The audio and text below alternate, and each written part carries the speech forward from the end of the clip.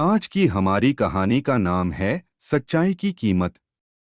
ये कहानी शुरू होती है दिल्ली के एक छोटे से मोहल्ले से। यहाँ जीवा नाम का एक प्यारा लड़का अपनी बड़ी बहन सिया, माँ दिव्या, पिता राकेश और दादा श्यामलाल और दादी सीमा देवी के साथ रहता था।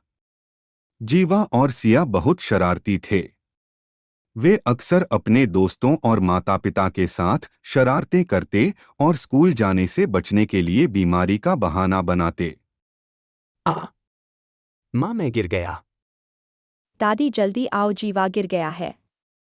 जब दादी वहां भाग कर आती है तब दोनों बच्चे हंसने लगते हैं। दादी हम तो झूठ बोल रहे थे। बच्चों, कितनी बार कहा है कि झूठ मत बोला करो। झूठ बोलने से सिर्फ नुकसान होता है। अरे दादी आप भी ना, हम बस मजाक कर रहे थे। हाँ दादी, हम तो सिर्फ मस्ती कर रहे हैं। बच्चों, ये मस्ती कब हकीकत में बदल जाए पता भी नहीं चलेगा। अगले दिन सुबह जीवा मैंने तो आज होमवर्क ही नहीं किया। अगर ऐसे स्कूल गई तो टीचर डांटेगी। अब हम क्या करें? क्यों ना हम कोई बहाना बना दे कि हमें स्कूल ही ना जाना पड़े, क्योंकि दीदी आज तो मेरा मन भी नहीं है स्कूल जाने का। तो फिर क्या करें? क्यों ना हम बीमारी का बहाना बना लें? हाँ ठीक है। माँ जल्दी आओ, मेरा सर दर्द कर रहा है। लगता है मैं आज स्कूल नहीं जा पाऊंगी। इतनी जल्दी क्या हो गया? थोड़ी देर पहले तो तुम बिल्कुल ठीक थी। पता नहीं माँ, एकदम से मेरा पेट दुखने लगा। पेट? अभी तो तुम कह रही थी कि तुम्हारा सर दर्द हो रहा है। वो माँ मैं वो माँ, दीदी ने पेट दर्द ही कहा था, आपको ही सर दर्द लगा। अब बस करो बहाने बनाना, चुपचाप स्कूल के लिए तैयार हो जाओ। मैं सब समझती हूँ।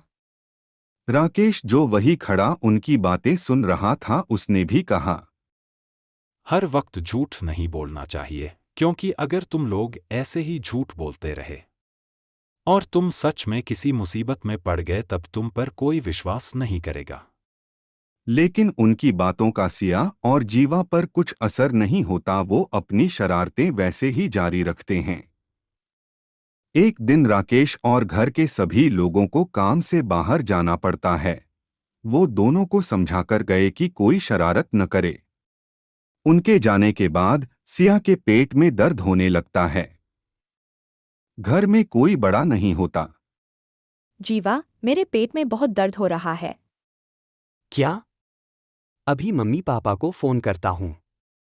जीवा फोन करता है, लेकिन उनके माता पिता को लगता है कि वे फिर से शरारत कर रहे हैं। जीवा, ये कोई शरारत का समय नहीं है। माँ, इस बार सच में सिया की तबीयत खराब है। दिव्या उनकी बात पर यकीन नहीं करती। उधर सिया की हालत बहुत खराब हो जाती है। तब जीवा सिया की हालत देखकर दवाओं का बॉक्स निकालता है। अब मैं कौन सी दवा दूं? वो उनमें से एक दवा उसे दे देता है। उससे सिया की तबीयत और भी खराब हो जाती है। जीवा मुझे बहुत दर्द हो रहा है।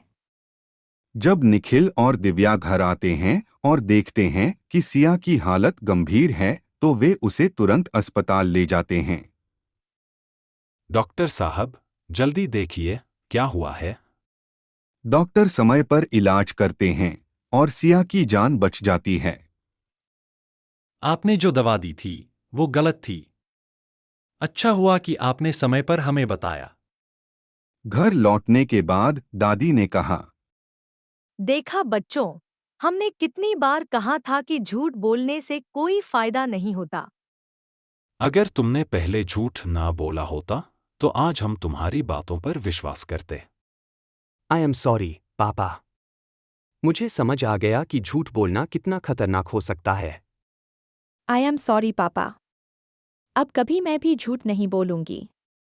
बच्चों, हमें खुशी है कि तुमने अपनी गलती से सीखा। अब हम हमेशा सच बोलेंगे, है ना? जीवा और सिया ने कहा, हाँ माँ, हम अब कभी झूठ नहीं बोलेंगे।